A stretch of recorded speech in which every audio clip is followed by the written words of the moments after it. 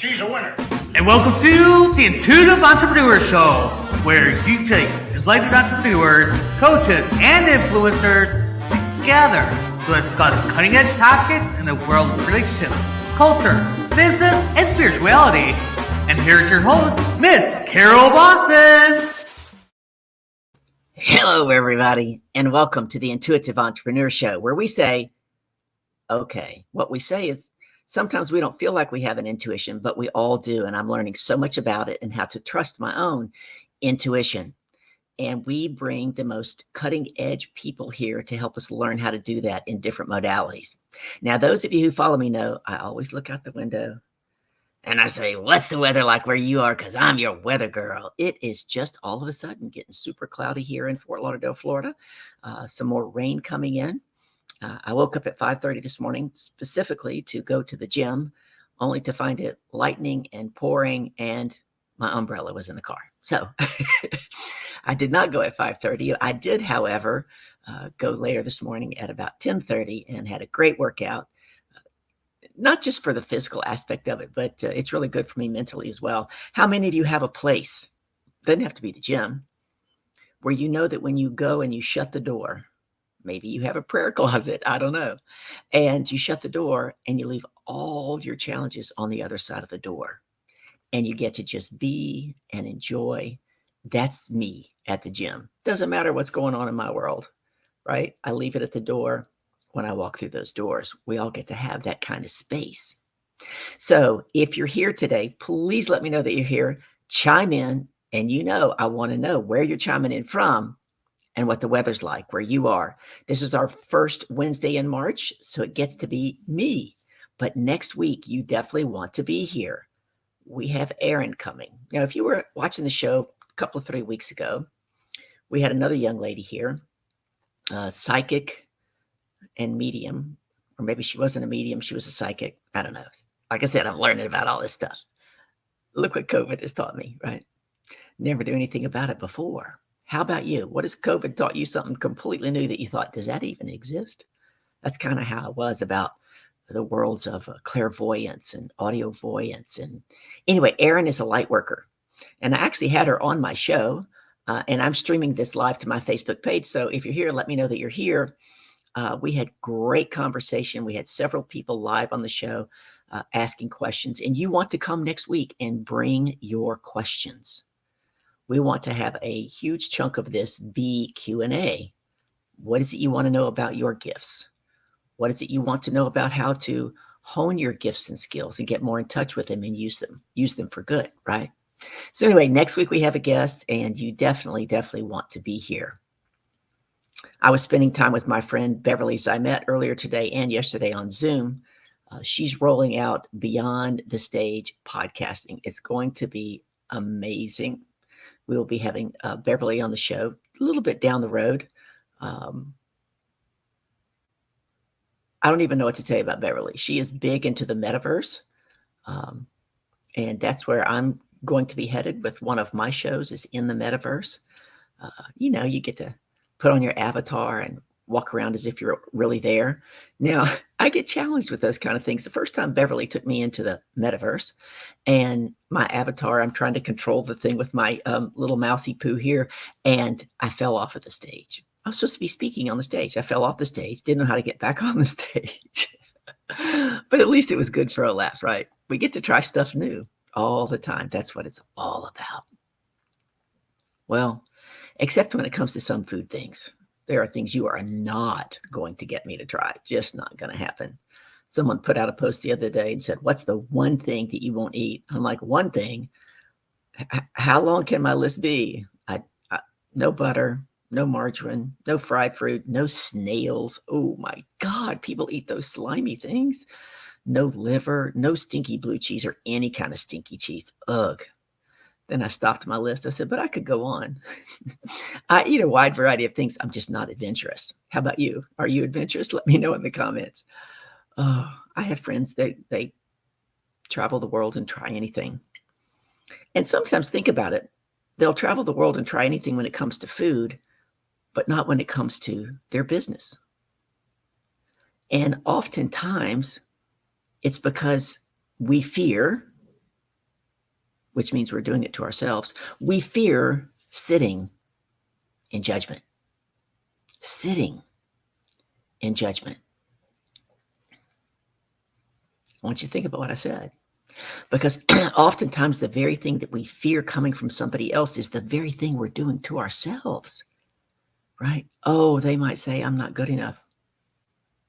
Perhaps that's what you're telling yourself. They might not say, I don't know enough. Is that what you're telling yourself? See, people get to be a mirror for us. And that's an amazing part of the work I get to do with my clients, right? Just mirroring back to them so they can say, oh, man, that's what I've been doing, right? And you've heard me say it before. You can't read the label when you're inside the jar, and we're all in a jar. That's why we all get to have a good coach. John Wooden, famous basketball coach, probably the most famous college basketball coach that ever lived, said a good coach can change a game, but a great coach can change a life. And that's what I love doing, is changing lives.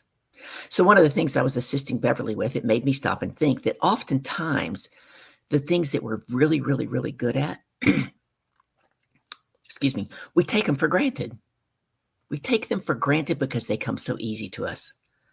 Like, I'm sure Aruba, who is the most amazing technical assistant that I could have here, if she tried to explain something to me, I might be like deer in the headlights. And she could be like, it's so easy, right? But we devalue it sometimes.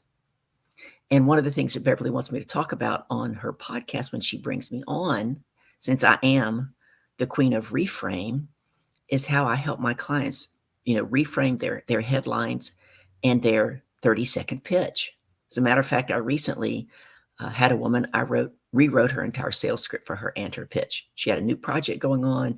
She was not even getting in the door to these particular prospects she was cold calling. We completely turned it around. So one of the examples I gave her is, I have a friend in the Women's Executive Club. And every time she introduces herself at the luncheon, she says, hi, my name is so-and-so, and I'm a realtor. Boring, right? There's, I don't know, thousands of realtors in South Florida. The real estate is incredible here. And every time I go, no, you're not. That's just a title. I want you to stand up and say, I create magic, helping families find their safe haven where they can build the dreams of a lifetime. Who would you rather buy from? Hi, I'm a realtor. Or someone who creates magic for you, right? I had a gentleman tell me a few years ago, that's one of the things you do for your clients, Carol. You pop the lid off and help them release their magic, because we all have our own magic. Nobody's walked in our skin.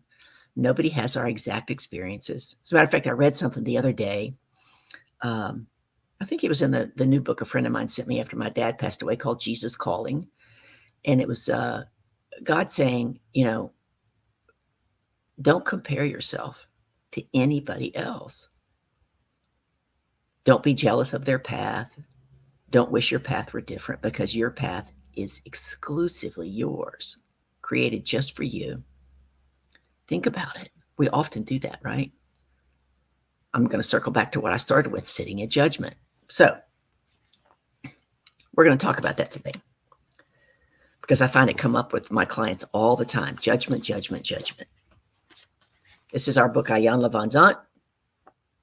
If you're with me today, put it in the comments, Ayan Levanzant, until today. Or even if you're watching on hashtag replay. Whoops, I had it on the wrong page. I had that bookmark in the wrong spot. I open my heart and my mind to be aware I cannot sit in judgment of anyone else. You may be looking at some people, observing their actions, trying hard to understand their motives without a clue about why they're doing what they're doing. From where you sit, it may seem that certain people should, and she puts this should in italics.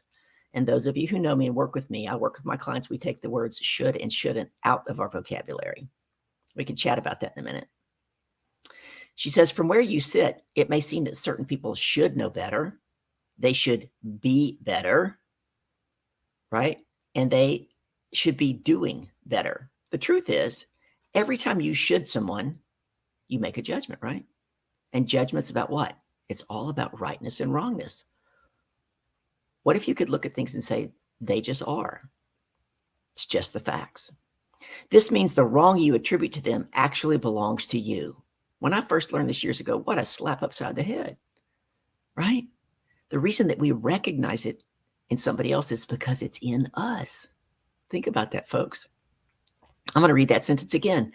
This means the wrong you attribute to them actually belongs to you. And that might just sound like personal development work. Well, it is. But in the business world, it's leadership work, and it greatly impacts my clients' abilities to grow their business. When you make a judgment, you make a decision that the way things are is not the way things need to be. Your judgment reflects your belief in right and wrong based on what you may or may not know. Your judgment reveals your attitude of superiority that says you have the right to determine what must be done, how it must be done, and who must do it. Your judgment shows that you resist accepting things the way they are. Judgment, think about this, folks, is a means of control. It is an attempt to get people to do what you need and want them to do in order to feel better about yourself. Oh my God, we could spend hours unpacking this. Amazing stuff. A judgment is a sign of fear. It is the foundation of discontent. Most important of all, judgment is the way you set yourself up to be judged by others. Holy cow. People are who they are and do what they do, whether or not you like it or whether or not you agree with them. We each have different lessons to learn. We each take a different path to learn our lessons. There are times when someone's path will cross your path and cause you to stumble or fall. This does not make them wrong, and that does not make you right. The only thing that a judgment does is distract you from what it is that you must do for yourself. Think about it. If we could be really aware of our judgments that come up, pause, go into gratitude, and say, show me what I get to heal in me so that I can release this judgment. Excuse me. Note to self, don't eat peanut butter before you come on your show. Until today, you may have decided that you knew what others should be doing and how they should be doing it. Just for today, suspend all judgment. Learn to see things and people as they are. Find a way to be okay with yourself and with others. Today, I'm devoted to living without judgments. I'm devoted to letting things be. What judgments come up for you? And what fear of judgment comes up? So recently, my father very unexpectedly passed away. We were very, very close. It's been a difficult, challenging time. And I'll be honest, I haven't had the best relationships with either one of my brothers in many, many years. That's been a challenge. And I realized that there was fear of judgment underneath me filling out certain paperwork and doing certain things to move this process along. And when I had that realization, first thing Monday morning, it was like, oh my gosh, right?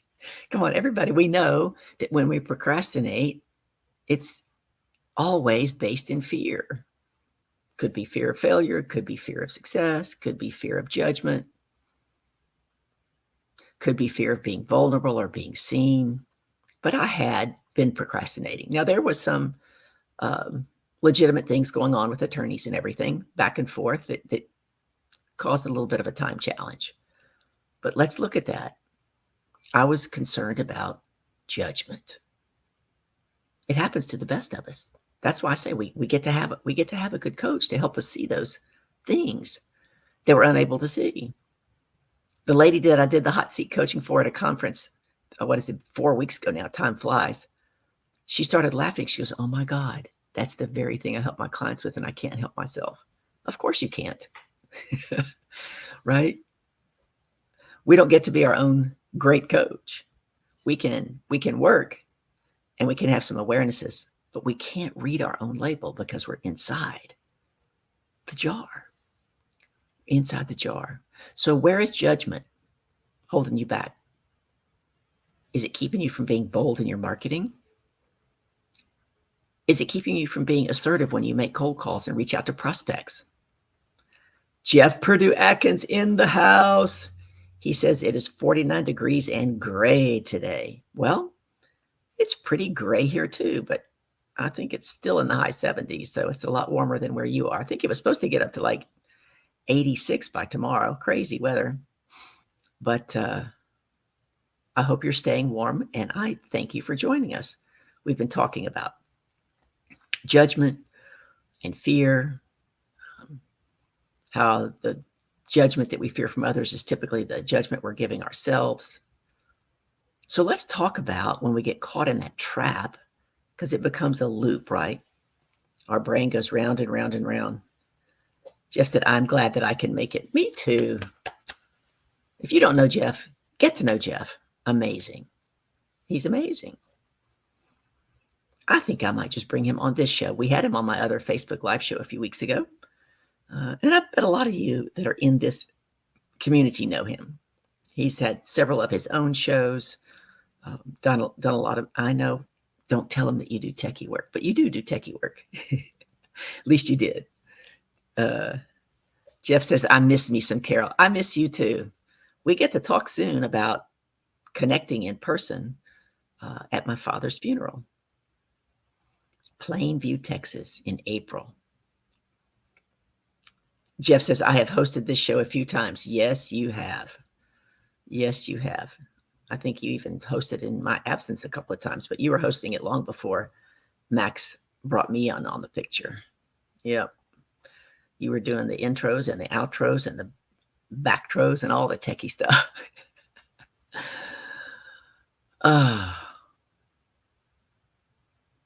What's your input on judgment, Jeff? Cool thing, one of the many, many cool things about Jeff is he has this ability to just hold the space for people that is safe so that they don't feel judged. I think it's one of the reasons that I'm so madly in love with him when we talk, because I know that I can be me.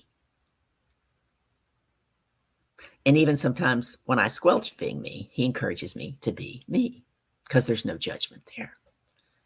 And that's not necessarily an easy thing to find in other people. But as Jeff continues to grow and evolve as a spiritual being, I see it more and more and more in him. Jeff said, it is one of the things that my guides keep bringing to my forefront. Yes. And you're so good at it. And we were just talking earlier before you got here that oftentimes things that we're really, really good at that come so easy to us, we take them for granted, right? I didn't even finish my story about Beverly asking me to rewrite her headline and her bio and some things. And she's putting an article in the newspaper and sent it to me. Then she sent me the AI form, and I'm AI, right? And I took the original and she goes, you're like a walking AI that doesn't even use AI. I said, exactly. I love this kind of thing with language and reframing and creating clarity and power in our languaging when we present to others. I don't know. Perhaps that might be just a little program that I could sell people. Bring me your marketing challenge. Let's create you a headline. The example I gave earlier, Jeff, was a friend of mine who always stands up invariably at our women's executive club meetings and says, hi, my name is so-and-so, and I'm a realtor. And I keep going, oh, no, you're not. That's boring. A realtor is just a title. What you do is, I want you to say, I create magic by providing safe havens for my clients where they can create the dreams of a lifetime. Wouldn't you rather buy from that person, Jeff? Right? Or have them represent you in the buying of your house? Then I'm a realtor. Boring. Boring. Languaging. So powerful. I read from Ayanna Van Zant again before you got here too. And Jeff goes, oh, hell yeah, I want to use that agent. Exactly. Beverly was going to put me on this big pitch fest. And she goes, let's just try it out. Just pitch it that you do that, and that anybody who books and signs up with you gets 50% off. It's not that I've never done it, and I've charged for it. It's just not something that I really think about, oh, this is a service I could provide on a regular basis, because it does come easily, right? When I was in ninth grade, Jeff, My English teacher, her name was Mrs. Borders. I'll never forget her. When it came time for roll call, and I don't even know if they do roll call in schools today. I'm so removed from that. But when we had roll call, you didn't get to raise your hand and go, here, I'm here in her class. You stood up tall next to your desk, and you recited all the tenses of the verb to be. Be, am, is, are, was, were, been, and being. Those are all the tenses of the verb to be. The French word for that is être, E-T-R-E, to be. I was in ninth grade. That was 50 years ago. I still remember it. That's how powerful it was. But I always liked the English better than math. I think I'm totally digressing from my business conversation, though. But I'm having fun today. I hope you're having fun, too. If you're watching this on #replay, let me know. If you have someone that you think would be a great fit for me to bring on an interview for this show that can bring us some good hacks or tips or nuggets, let me know. If you watch this show regularly, tell me what you like about it. Tell me what you don't. Tell me what you think could improve it. Maybe I'll do it. Maybe I won't. Right? As Jeff said, it is your show. So we might have some changes coming up because I get to own that it's my show. And oftentimes I've laughed because I said, I didn't come up with that title, Intuitive Entrepreneur. It's taken me forever to trust my intuition and to learn that it's there and to pay attention to it. That's a Max thing. Jeff said, speaking of realtors, I get to find someone in NOLA. That's Nolens, Louisiana, for those of you who don't know what NOLA is. My first partner has signed up for the Orange Dragonfly Center. Congratulations. Oh, my God. I hope you celebrated that. Everybody get a big shout out to Jeff. I know some people in NOLA. As a matter of fact, one of them just purchased her house, I don't know, year before last. So I can get you in touch with her. I could probably reach out to 2 or 3 several people in New Orleans and help you out there, Jeff. Hum is the Sanskrit for am or be. Oh, cool. Oh my goodness. I just got all my stuff off to Carnival Cruise Lines, opportunity to speak in front of their Women in Leadership program in 2 weeks on a Wednesday, right before this show, as a matter of fact. That's going to be awesome, awesome, blossom, love pouring into women, helping them grow not just their business and their money, but in their leadership. Because then they get to go on and impact others' lives and do tremendous things. Tremendous things. So put it in the chat. What one thing comes to you so easily that you almost dismiss it? That if you didn't dismiss it and you put some thought to it, it could become a new revenue stream for you. Powerful question. Powerful. I remember years ago being told that I was a sales coach. I don't want to be a sales coach. Now, I had just come out of 26 years as a successful sales expert for Fortune 100 companies. I didn't want to be labeled a sales coach, right? Because the sales coaches I had met, we don't do the same things. Do I help my clients with sales? Absolutely. How did they double or triple the income in their business? Sales. I help them reframe sales in 3 ways, and I teach them the art of influence. Because many of my clients are heart-centered and they don't want to be salesy, right? They don't want to feel salesy. They got all this crap we get to unpack around what it means to sell. Jeff said, mine would be graphic design. I keep forgetting that I have done it for years. Awesome. Now that we've opened your awareness to that, think about it. How could you do something that you love that comes so easy to you and turn it into a revenue stream? Powerful thought. Powerful thought.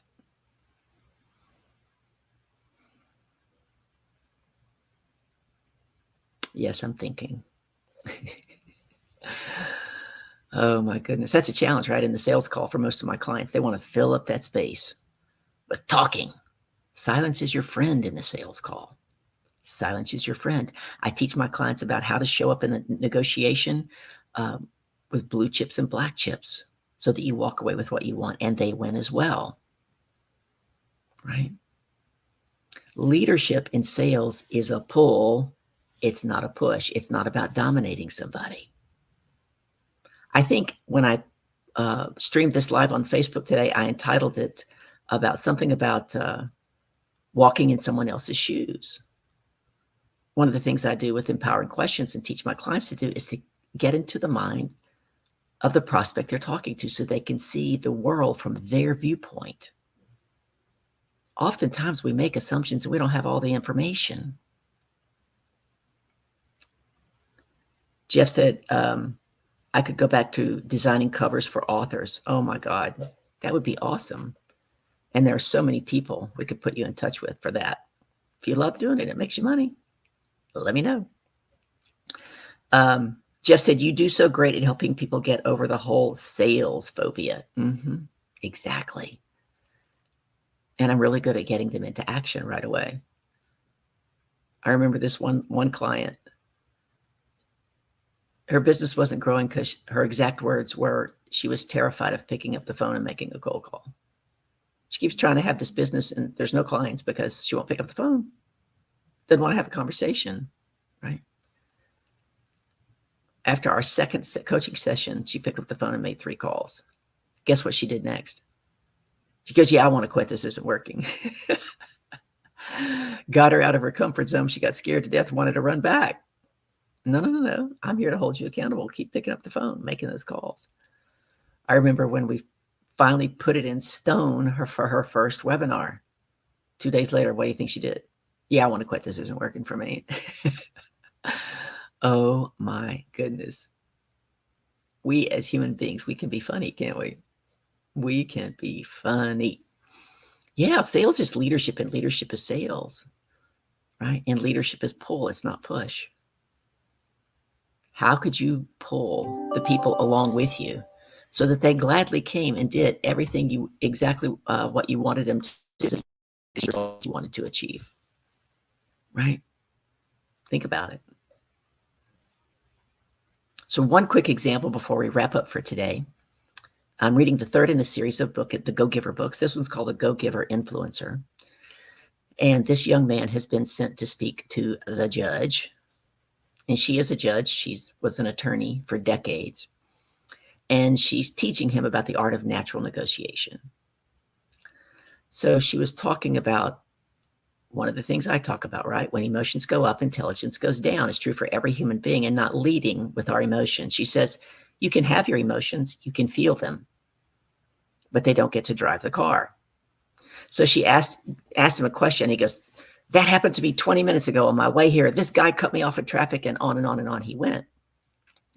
And she said, so that's how you reacted? He said, well, I made a gesture and I yelled so loudly, I thought my windshield was going to break, right? He goes, that guy could have caused a wreck. What she helped him see is that because he was letting his emotions drive the car, he was the one that was the drunk driver. Powerful, right? He was the one that could have caused the wreck. She said, you don't know what's going on in that other person's life. All you know is that they cut you off. Those are the only facts that you know. She said, what if he had just gotten word that his daughter was in an emergency room in the hospital? And the gentleman said, but you don't know that. She goes, exactly. I don't know that, and neither did you. All you know is that he cut you off. And you reacted with emotion. We get to make business decisions, folks, and our businesses, not emotional decisions. And that's hard sometimes because our businesses are what? They're our babies. Got to hold on to them, protect them. But when our emotions are so involved and we hold on so tightly to something we think is ours, that our hands aren't open to receive all that God and the universe have to give us. Blessings come in a myriad of ways. And boy, have I been learning that these last few years, right? And are you willing to see it? Are you willing to see it? Are you ready to reframe your headliner? Are you ready to reframe your 30-second pitch? Are you ready to reframe your business? Are you ready to reframe how you look at sales so that you can have the business and the life that you truly desire? If you are, private message me. I don't care if you put it in the chat and hashtag replay, and I'll reach back out to you. Let's have a conversation about what it would look like for us to work together to get you over the bridge from where you are to where you really want to go, both personally and professionally. I'm the girl to help you do that.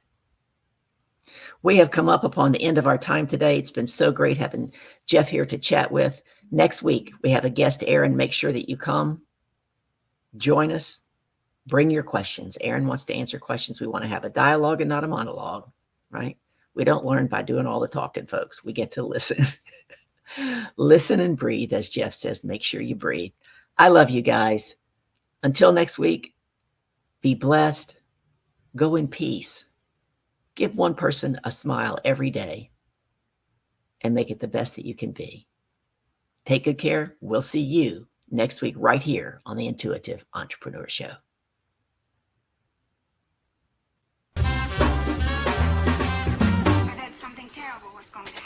Thank you for listening to the Intuitive Entrepreneur Show, brought to you by Life Coaching Today magazine, empowering your health, your business, your community, your life. Check out the latest issue today at lifecoachingtoday.com. Everyone here at the True Awesome Network asks you to please subscribe, like, comment, and spread awesome.